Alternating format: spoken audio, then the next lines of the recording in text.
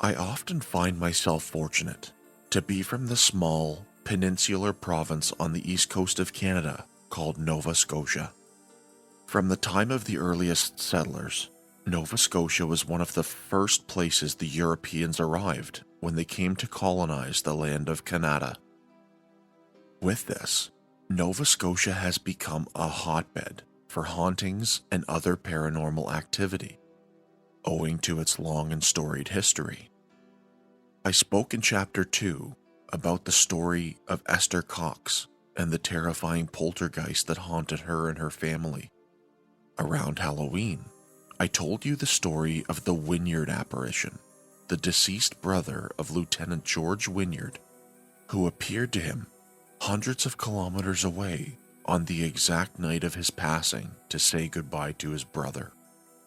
Now, I have another story for you, one that I've been fascinated by ever since it was told to me by a friend almost a decade ago. One that has the confusion of the Wynyard apparition combined with the terror of the Great Amherst Mystery, and a story that isn't even well known amongst most Nova Scotians. For this story is that of another young girl who was tormented by a spirit known for its love of pyromania. As with many paranormal happenings from our history, stories become lost over time. They shift, change, or are simply taken out with the tide as though they were never here.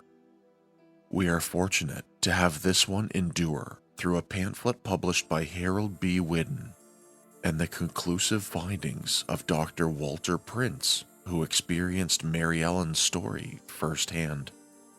Like I did in Chapter 21 with the Dyatlov Pass incident, much of what you will hear today is that which is found in Whidden's pamphlet. That way we'll get a first-hand, genuine recounting and a true appreciation for the story told. For I'm Nick, your host, and this is Chapter 33 of the Insidious Agenda podcast, the story of Mary Ellen MacDonald, the Fire Spook of Caledonia Mills.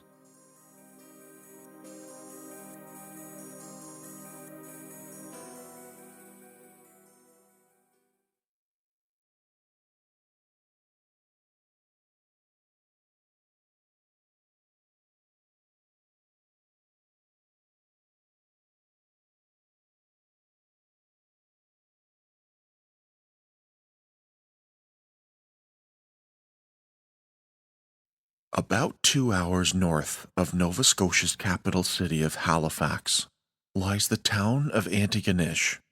Another 15 minutes southeast of there, just off Highway 316, in the neck of the province that connects the mainland with the island of Cape Breton, is the rural community of Caledonia Mills that straddles the county lines of Antigonish and Guysborough. As we step back in time to January of 1922, we meet Alexander and Janet MacDonald. Crossing the threshold of their small farmhouse, we also meet their 15-year-old adopted daughter, Mary Ellen. Mary Ellen was born in 1906 in the town of Westville, the daughter of a coal miner. Her father was killed when she was very young, and her mother grew to the point that she could no longer look after all of her children. Thus, she did her best to find new homes for them. Mary Ellen's mother was a friend of Janet MacDonald's, so she agreed to take the girl in. Mary Ellen went to public school in Caledonia Mills and was described as a wonderful young girl. On the 12th of January in 1922, the MacDonald family was forced to evacuate their home in the midst of a winter storm, as a series of fires had broken out within their house. Most bizarre was the fact the fires burned blue with no apparent cause for their starting. Alexander remained behind to battle the fires while sending Janet and Mary Ellen to get help from the neighbors. So they set off, trudging through the winter storm about a half a mile to 1.5 miles to the neighbor's house. When they finally got help, Daniel and Leo McGilvery went running to aid Alexander and were able to get everything under control and extinguished. When Janet and Mary Ellen arrived back home, everything had ceased. With the excitement being over, they started up the stove so they could have a cup of tea. When the fires started again, the group got things back under control, but other fires sprouted up, almost out of nowhere.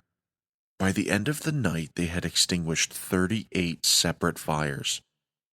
Though some were normal, most were blue, but strangely exhibited no heat. Even things that were wet, like towels and a wall calendar, had caught fire even though they had been sopping wet from putting out previous fires. The following morning, the family were left to live at a house just down the road, as theirs was now uninhabitable. On the 16th, an experienced investigative journalist named Harold Whidden from the Halifax Herald was informed by a friend, one whom he considered trustworthy, about a strange series of fires that had occurred at the home of Alexander MacDonald of Caledonia Mills. He confirmed the source was correct, and after receiving a request to investigate from his newspaper, he set off. It was unfortunate for the family that they were going through this experience in the dead of winter. For those who don't know, or have never experienced the harshness of a Nova Scotia winter, it's quite daunting. Though it doesn't get as cold as the prairies of Western Canada, or the levels of snow like Ontario and Quebec, it's treacherous nonetheless.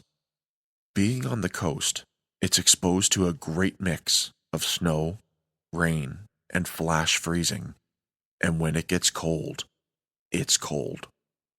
The winds bring with them a dampness that seeps into your bones and grabs onto your soul, unrelenting for hours, even after you've escaped winter's cruel embrace. I state this to give you an idea of the challenging conditions that the family would have went through, having to vacate their home in the dead of winter.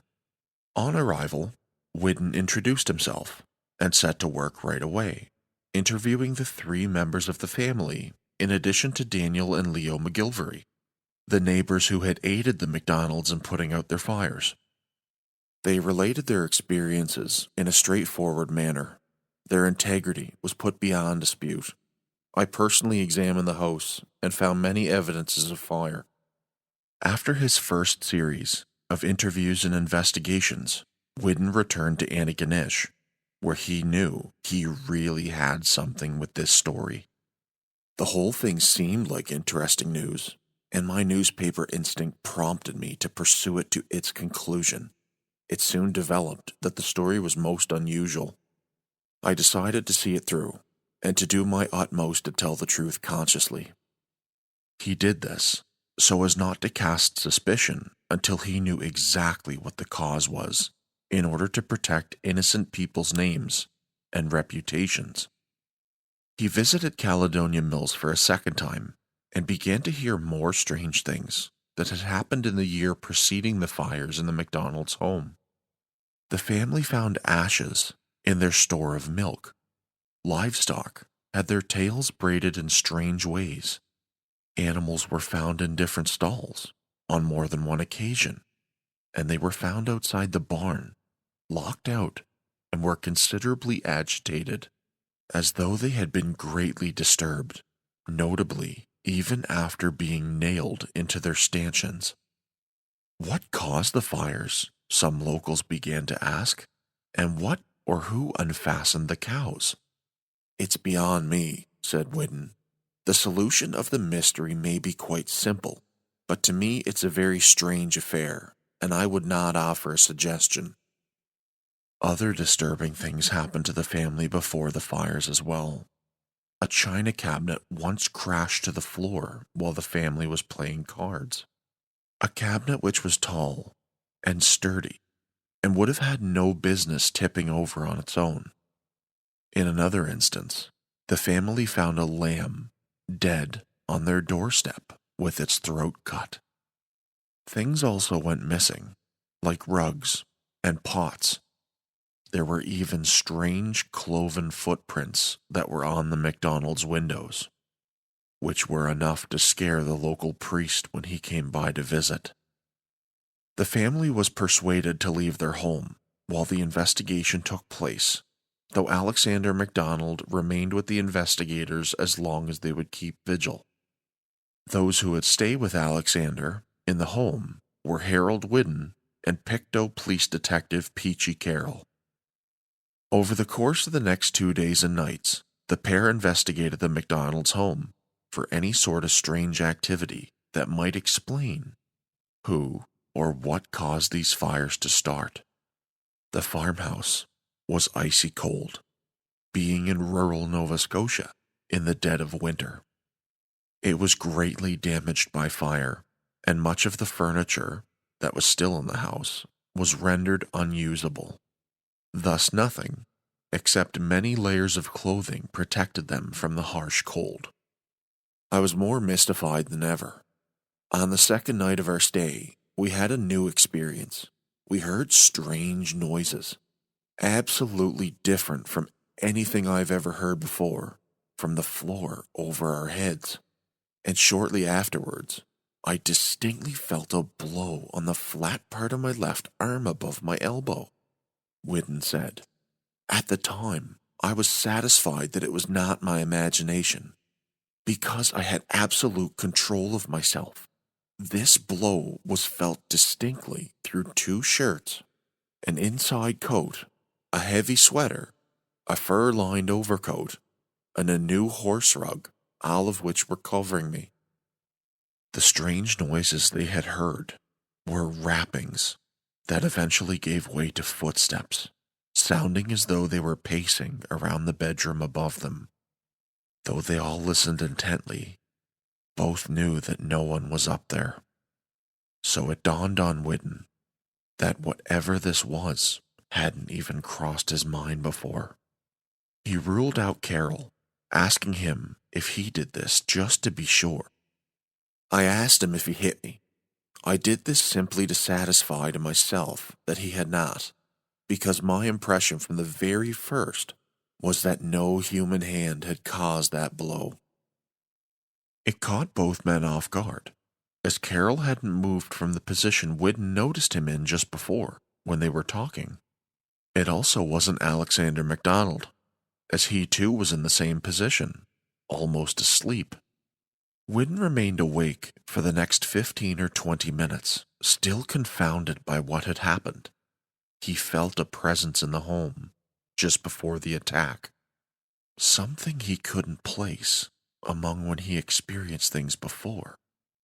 After the attack, whatever strange power or presence that was in the house with him felt like it had left.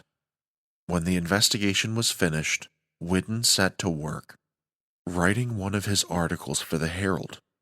Some tried to convince him of the indiscretion and lack of common sense that would accompany writing an article of this nature. Knowing it also bore the danger of destroying his reputation, Whidden never actually published any information about his experiences during his lifetime. Many decades later, after his passing, this story was finally released by his family. Of one thing, Whidden was sure. The fires started in Alexander MacDonald's house, and the unfastening of the cows were caused by spirits. A short while later, many other researchers were invited to investigate the farm. Among them were 2 notables. One was famed author Sir Arthur Conan Doyle. The other, whose findings we still have, was a notable account from Dr. Walter Franklin Prince, a professor of parapsychology and a member of the American Society for Psychical Research. Knowing what he did already, having a doctorate in parapsychology, Prince investigated, already having made up his mind about what the results would be. Mary Ellen was the cause, being a teen girl, and emotionally charged teen girls attract poltergeists. He only had to conduct the investigation to prove it. Dr. Prince arrived in late February of 1922 to conduct a 3-week-long investigation, spending 6 days with the family at the farm. Other than the first day, Harold Whidden was with him the entire time. Whidden began to notice strange things about Dr. Prince. When he first arrived, Prince's first priority was to square away a comfortable room in which he would stay, one that offered him the greatest amount of privacy, ensuring that no one, other than Whidden, was present during his stay there. So Prince also sent the family away from the farm, a decision that didn't sit well with them. Prince first examined Whidden to make sure that he was mentally sound, and to see if he possessed any kind of psychic ability himself, so that his previous argument and findings would actually carry weight. On the afternoon of Friday, the 10th of March, Alexander, Janet, and Mary Ellen were summoned back to the home by Dr. Prince, as he stated they were required for the next part of his investigation. Moreover, Dr. Prince more than wanted to see if the family returning home would elicit anything from the poltergeist. As the family settled in the first night, Whidden was approached by Dan McGilvery, who had received a phone call from Halifax, stating they wished to speak to him. He informed Daniel he'd be along shortly. However, when he arose, Whidden had a strange feeling come over him. He asked Dr. Price to give him the same test he was given earlier, a test of holding a pencil to some paper to see if his hand could be manipulated by the poltergeist. After it seemed like nothing would happen yet again, Whidden began to feel a prickly sensation in his right hand's fingers, slowly increasing, before his entire hand became numb, and the pencil began to move. It moved slowly at first, with Whidden making note there was no effort or intention on his part. In the event that lasted near 2 hours, the presence first began drawing circles, gaining speed, and applying more pressure as it went, going so far as to tear through 3 sheets of paper. It should be noted as well that Whidden was sitting with his head facing away from the sheets of paper, so he couldn't see what he was doing. Going through more and more sheets of paper, it seemed as though the presence was trying to make some form of letters. I had a feeling of numbness about my heart as well, and although I could appreciate what was transpiring, my mind seemed to be controlled by some unseen power. Every moment appeared to be dictated or automatic. The writing was not of my own volition. Prince continued with the experience, sharpening pencils and obtaining more and more paper. At times, the movement was slow and decidedly painstaking. At others, it was incredible, rapid, impetuous, and eager. At times it tried to write the words of the greatest significance, but were through odd contortions instead, and in some cases, the questions were not answered.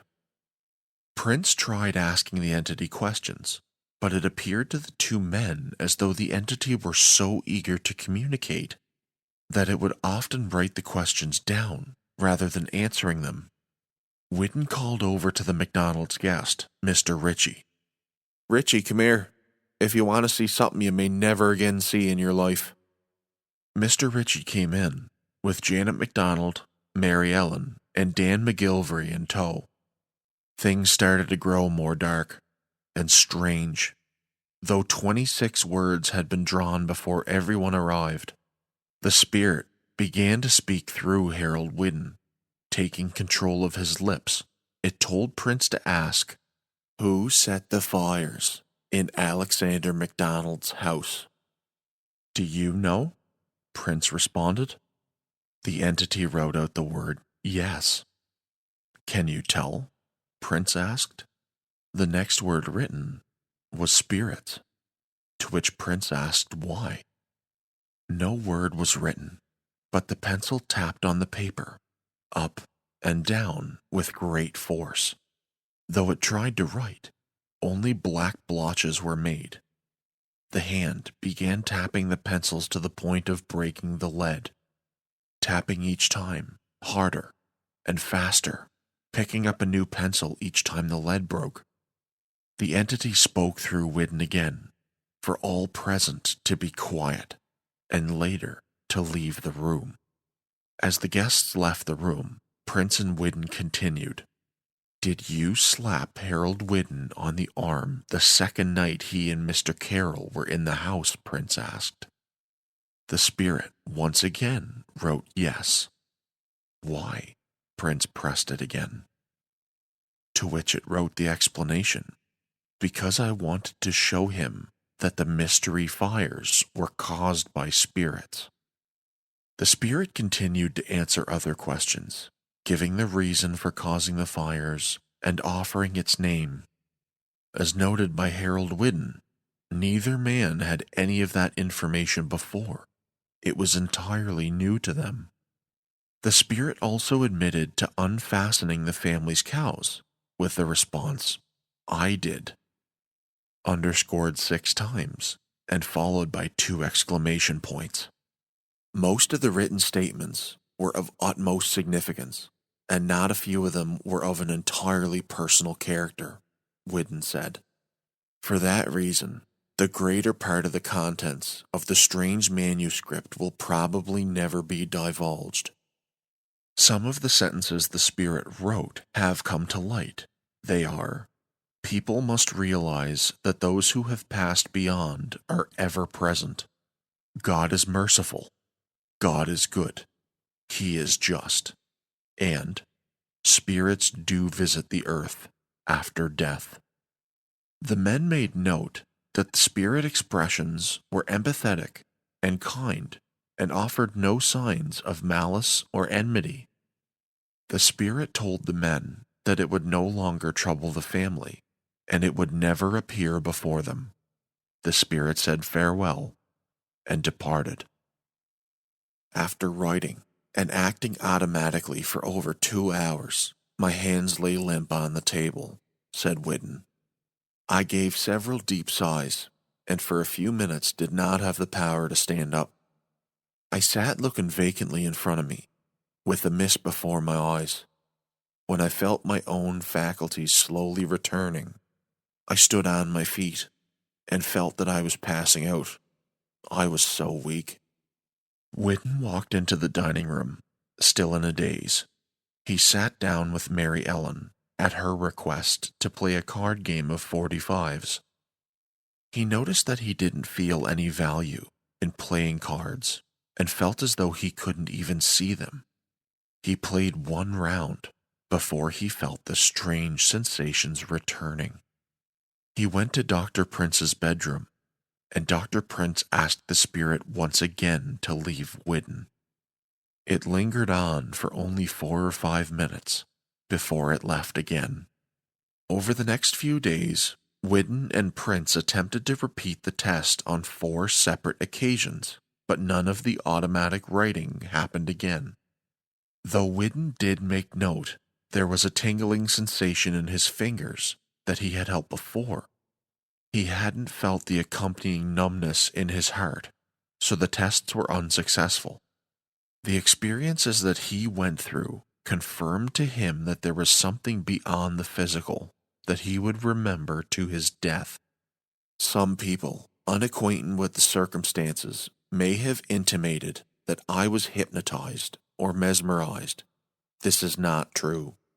As a matter of fact, all those present at the time, including Dr. Prince, were greatly surprised when the unseen power manifested itself in this manner. Evidential statements, of which neither Dr. Prince nor I had any previous knowledge, were written, and I am forced to believe that the principal purported spirit communicator was extremely eager to communicate with someone concerning the mysterious happenings on the MacDonald homestead, and I was simply used as an instrument. After Prince and Whidden departed, the family moved back into their farm a few months later. Prince's predisposed belief was in agreement with sentences offered by spirit that the cause of the fires was indeed spirits. Much later, when he published his findings, he did a complete 180. Prince laid the blame on the MacDonald's daughter, Mary Ellen. It was his conclusion that Mary Ellen had lit the fires in a dissociated state, much like the one Whidden was in, for Prince discovered a bottle of inflammable liquid, stating, "The fires were undoubtedly set by human hands, judging by the unmistakable signs left in the house. The burns are never found on wallpaper higher than the reach of a person 5 feet tall, which is the height of the girl in the family." His explanation offered that she was most likely possessed or sleepwalking at the time the fires had broken out, ultimately not responsible for her actions. His explanation for the experiences of Carol was also that they were just extremely cold and likely hallucinating. Prince even went so far as to dispute seeing Whidden having done the automatic writing which he claimed. Of Prince's explanation, Mary Ellen vehemently defended herself. "I have never set fires. I have never untied the cattle in the barns. I have never plaited the tails of the horses. I would have been afraid to. First, they claimed I had a boyfriend, a sweetheart who did it. Now they say I did it. I tell you, I don't care who Dr. Prince is. He ought to be ashamed of himself." Prince attempted to respond, stating that she wouldn't be able to make a statement like this as she had the mind of a 4-year-old. To those who knew Mary Ellen, they described her as a teen of normal intelligence, who had a happy bearing and always bore a bright smile. Prince's explanation also upset Detective Carroll, who always believed that Mary Ellen was innocent. Because of his education and his celebrity status in the field, Prince's conclusion was the one most widely accepted. His explanation was furthered by the surplus of international attention that it received, like a newspaper in Boston, which printed the headline, "On Lone Vigil for the Spook, Psychic Professor Remains Alone in Haunted House Seeking Solution of Mystery of Antigonish." It wasn't the end for Prince in the spirit of Caledonia Mills, however. As much as he believed the spirit might have channeled itself through Mary Ellen, and, though it promised to depart, for weeks following his return to his office in New York, Walter Prince experienced many unexplained rapping noises. Though things remained calm throughout the summer, the same fires that had plagued the MacDonalds before began to start again in October. To the locals, the fire spook of Caledonia Mills had returned, and this time there was no sympathy, for the newspapers even went so far as to label her Mary Ellen Fire Spook. Because of the chaos that was erupting from yet another series of fires, the police were dispatched. This time they weren't coming to help. They were coming for Mary Ellen. She was taken away from her family and was committed to the Nova Scotia Home for the Insane that was located in the city of Dartmouth, Halifax's sister city on the other side of the harbor.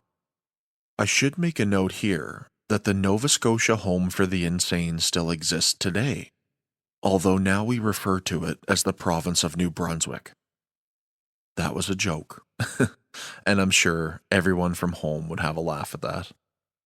Mary Ellen remained in the home for several years, eventually being released to live out the rest of her days.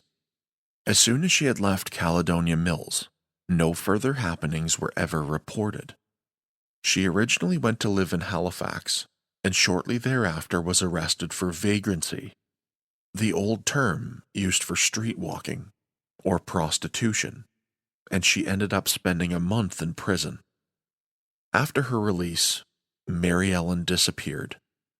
It wasn't until the 1960s or 70s that she reappeared in Sudbury, Ontario, where she ran a boarding house for traveling coal miners. Mary Ellen had married and had one daughter. She passed away in her 80s. For those who believe there is something more to this story, another version does exist. Though, admittedly, I've never heard this version until doing further research. I'll credit the Caretaker's Paranormal blog for bringing it forward. In their words, the origin in this story goes as follows. There's another spooky story that should not be left out of the Antigonish Paranormal Storybook. The story of Mary Ellen's spook has many variations, but all involve some form of arson occurring at Caledonia Mills Farm, located in Antigonish County. Legend has it that there was a man who was seeking shelter late at night, and so sought help from the owners of the farm. They denied him a place, thus he cursed their adopted daughter and disappeared. In the following years, Mary Ellen was known to go into trances, with odd things happening while she was charmed. Sometimes, the animals would go into a craze while she was in this demeanor.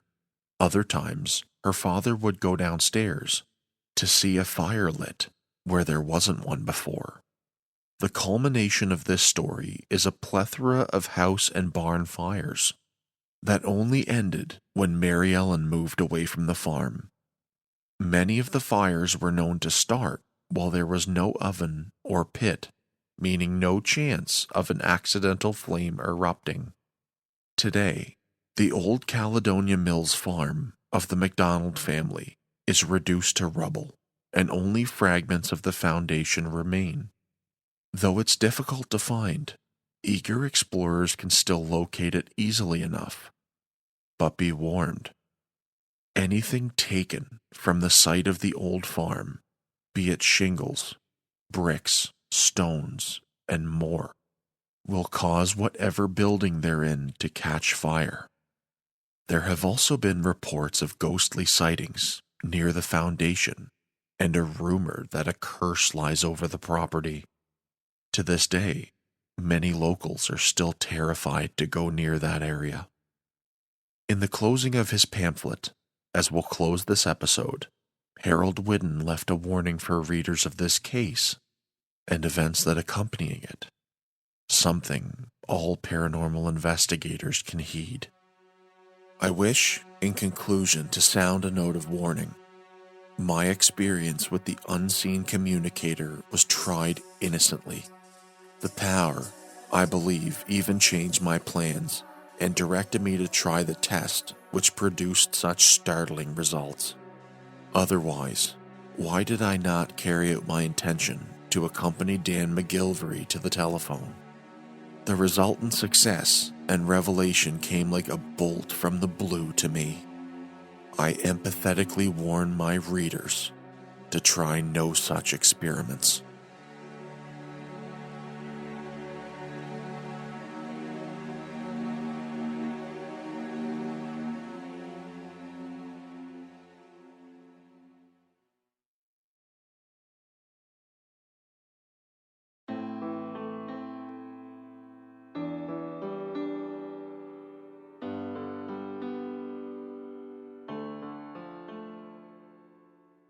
With this, we bring to close the story of Mary Ellen MacDonald, the fire spook of Caledonia Mills. I hope you enjoyed listening to today's episode and another of my favorite spooky stories from my home province of Nova Scotia. If you liked the episode, give me a thumbs up and don't forget to hit the subscribe or follow button so you can find your way back in the future for more amazing stories. Like next week, when I tell the story of the famous Hellfire Club of Ireland to lead into St. Patrick's Day.